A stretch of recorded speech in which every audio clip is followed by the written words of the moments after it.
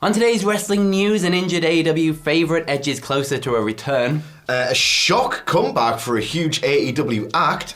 Got a major AEW star out injured. And an international New Japan legend is coming to AEW for a long excursion. I'm Phil Chambers. I'm Michael Sidgwick. And this is the news. Right, first up, Jamie Hayter, the AEW favourite that we've been long awaiting to see back again. It's been out since May of 2023, last year, so well over a year now. Really long time. And Fightful Select have come through with a sort of update, about the biggest update we've had since she's been out, certainly. On her status at least. There's been very few updates in the sort of year that she's been out. But they do have a few notes on it, just saying that initially she worked through the injury to drop the women's title at Double or Nothing. And then as time went on, like they thought she'd be back for All In, and then they're like, oh, not that, and then the next show, and it kind of just got cancelled until she just got put on leave indefinitely, with sort of no idea on when she was coming to return.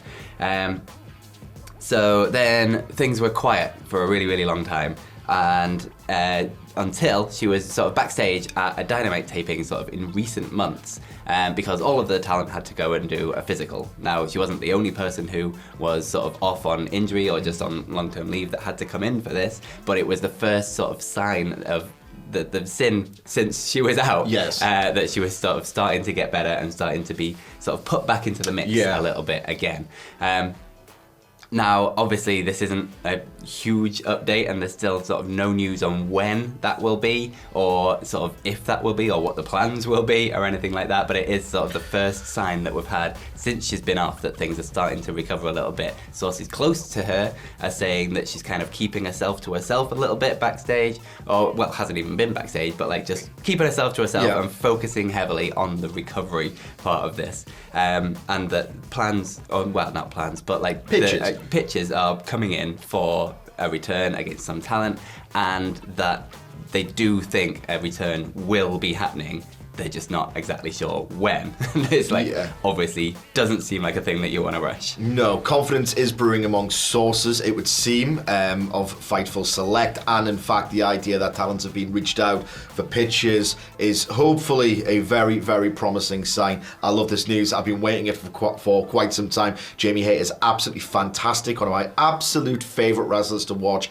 Everything she does looks like it kills. She can craft a really, really dramatic match. She's one of the best bumpers in pro wrestling. That Riho bump always makes me pop out of my seat. And more to the point, one of my favourite things, in fact, no, let's take this from a negative slant, it's me after all. One of my least favourite things in all of wrestling is when you are going to clothesline somebody, you know it's going to miss, so you don't launch into it as if you're going to hit it, you just do the old, Yeah, I know what you mean. Right. Jamie Hayter does it in such a way where if you don't duck, you are completely knackered, because she puts intent behind absolutely everything she does. I know it's not the biggest update. I've got some copium to huff in 1 second, but I really, really, really hope that this is in fact as promising, tentatively promising that it reads so far.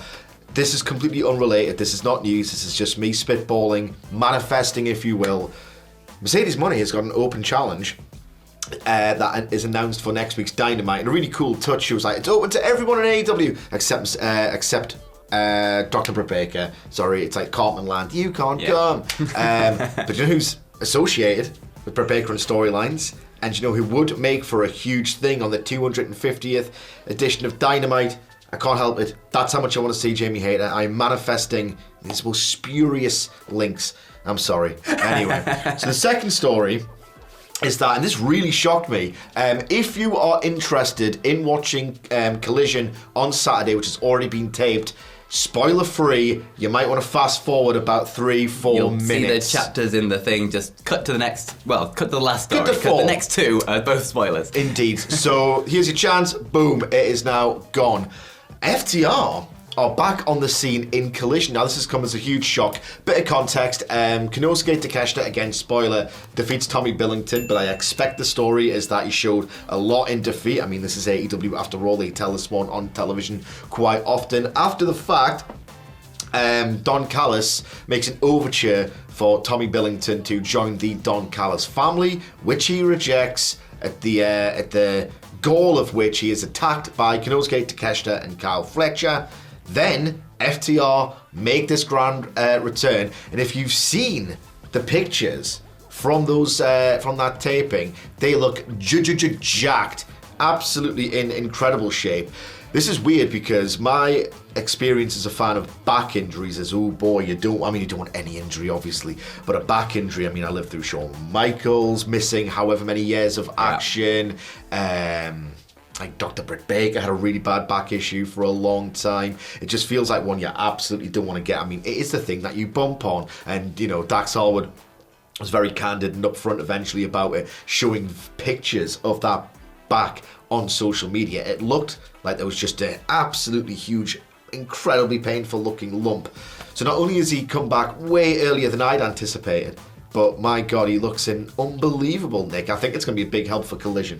Yeah, absolutely. I think this kind of ties into the first story and the next story in that sort of the way AEW handle injuries in general is so completely different to what we're used to with WWE. Like, WWE are normally super open about like what has happened to the wrestler, and then like we know how long they're going to be out for, and like what the surgery. Not always, but AEW seems particularly secretive. Yeah, and whether that's a choice backstage or whether they just leave it up to the wrestlers as to whether they want to tell people or not. I'm not sure how that works. Yeah. But it kind of ties in with the sort of mystery around the Jamie Hayter thing. That a lot of the mystery about Britt Baker and why she was off so long. And then it wasn't until very recently that we Britt Baker, to be fair, sorry, I know I'm jumping in. It was one of those where at the time, when before she came back, was thinking, I'd like to know about this. It just sort of sparks rumours and all the rest of it. And then she tells you on television why she was out, and you think, no, that was your business. Yeah. That was absolutely your business, and I had no right to know whatsoever. But yeah, Collision's been missing something, a certain star power, a certain identity, a certain purpose. FTR were always happy to provide that. It was their baby.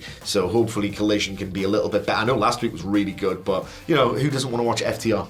Exactly, absolutely. But also on that Collision last night, still spoiler alert if you want to skip ahead still. But the Juice Robinson and the Bang Bang Gang were coming out. Obviously, sort of trios champions with Jay White, but he was attacked by Christian and everything that happened there. And they were trying to kind of freebird Juice Robinson into being the trios champions with them. Who wouldn't want to see that? He's the best. Who wouldn't? But Christopher Daniels, he's the one that doesn't want to see that, apparently. And instead, he has stripped them of the trios titles, ending an almost 3-month reign with those belts. And there's going to be a match between them and, I can't remember. The Patriarchy? The Patriarchy, to find out who is going to be the champion.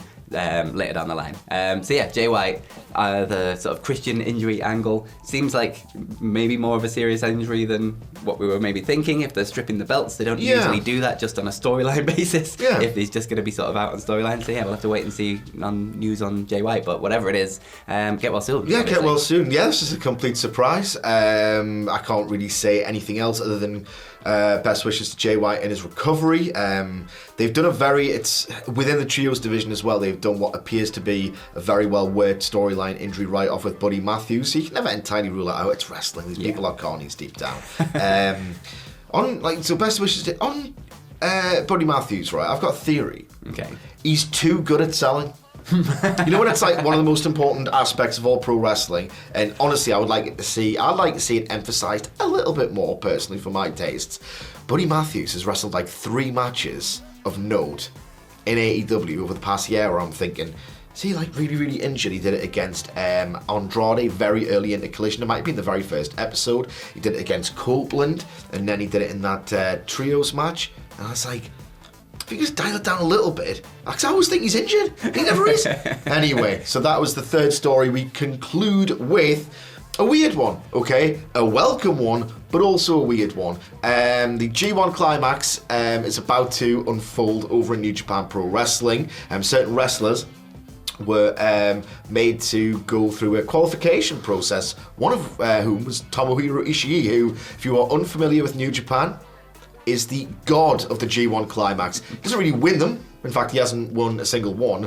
But he's the guy who has got this unbelievable floor of 4-star matches. He's had some of the best G1 matches in pro wrestling in New Japan history. In fact, Ishii versus Shibata from 2013 might be the very best tournament match, in my opinion anyway.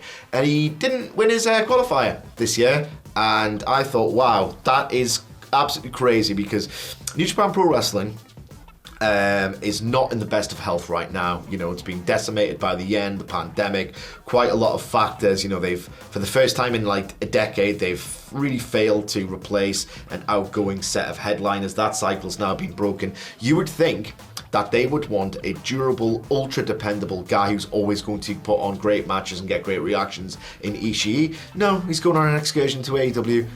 I find this baffling, to be perfectly honest. It's not as if AEW need Ishii, and it's not as if New Japan can really, you know... I don't know. What are your thoughts on this? I just thought this was so odd. It is odd. It's mad that they're not using him in the G1. He is the absolute perfect guy. I thought he was injured or something, or like beaten up. But he's the perfect guy that you put sort of newer stars up against to sort of prove their mettle in that kind of New Japan landscape. And he's the absolute perfect guy to get to do that and help get guys over, to help get that next sort of next spate of wrestlers that they desperately need at the top. So yeah, I have no idea why they're doing that, and instead he's off on his American excursion, so we're going to see some more random matches like the one we saw on Dynamite, which I'm not against at all. He's always fun in these matches, but it's odd. Just like, I'm looking thing. As a fan for a hook to watch the G1, and now I've just lost one in AEW. If anything, it's got too many hooks, and you should be focusing on, like, I don't know. You know what? Maybe it's... I shouldn't speculate. Maybe he's a bit banged up and it's going to be a bit easier for him and he's just going to do party matches. I don't know. Either way, odd. Maybe it'll all get revealed. How old is he now? He must be getting on a bit. He's in his 40s. I think he might be in his mid to late 40s. The way he wrestles. It's one of those, like, he's got such an intensive style. Like, he will walk out to the ring every single time you watch Ishii wrestle. You'll walk out, and he's doing this like 5 years ago as well, where it's like, oh God, he looks broken. Oh, poor Ishii. You don't want to feel sorry for him, be like, Jesus Christ, he looks broken. Bell rings, bang. Off he goes. And he just, in the space of 10 seconds, will make you think, oh, he's going to die. No, he's immortal. Oh, he's going to die again. No, he's immortal. It was one of the best ever in-ring Ishii, so... I mean, I guess he's still in the ring, so it's not that much to complain about. Yeah. And let us know what you want to see him do in AEW while he's over there. Yes, indeed. Down in the comments below. But that is it. Thank you very much for joining us. Watch this video to continue your YouTube journey and have yourselves a bloody good day.